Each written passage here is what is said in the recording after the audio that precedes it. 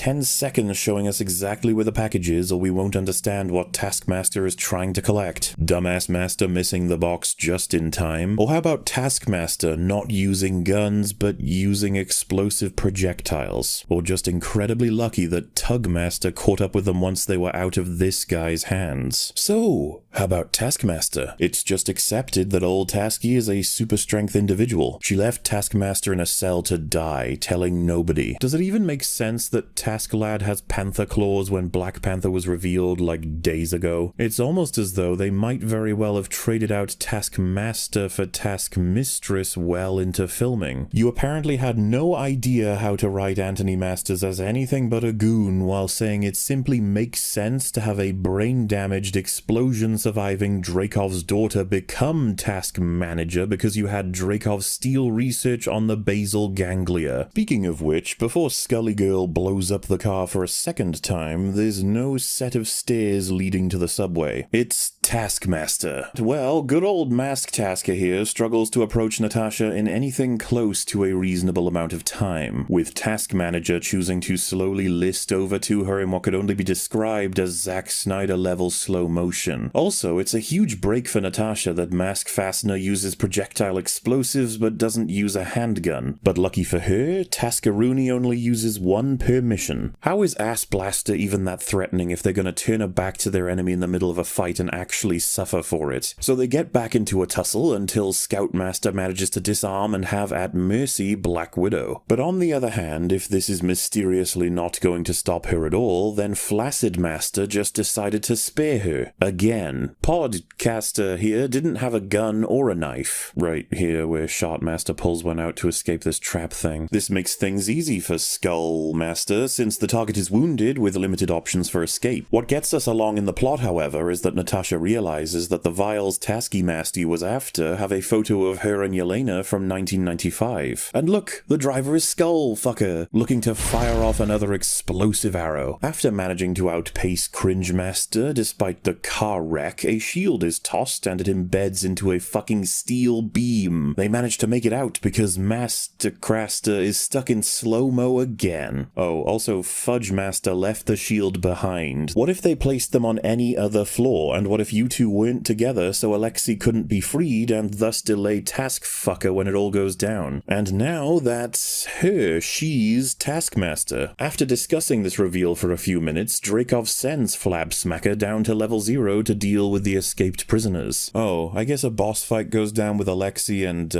Pissmaster. And you might be wondering, and we just found out that Shotcaster is basically just a Black Widow. You saw that correctly, folks. Tasky bashed around Alexei for about 10 minutes of movie time until the fight moved right into the open cell the moment Melina arrived. She booped Flapfapper right into the locked cell. Meanwhile, Melina and Alexei ditch Flaskfucker and get to a jet themselves. Yes, you saw correctly. Black Widow randomly bumped into fucking Fartcaster. Before the Master of Tasks can execute Natasha, the plot decides to save her. So naturally, Tism Master has a parachute and engages it right before they both slam into the ground. Natasha then still believes she can reach Yeast Plaster despite obviously still being mind-controlled, but luckily for our hero, the villain is stuck in slow motion. Again. Like, seriously, what the fuck are you doing? They battle it out for a bit until Scrotum Sucker loses their super cool blade to Natasha, only for her to drop it and attempt another truce. Of course, that doesn't work because mind control, so once again, Natasha is forced to engage with the mirrored top-level skills of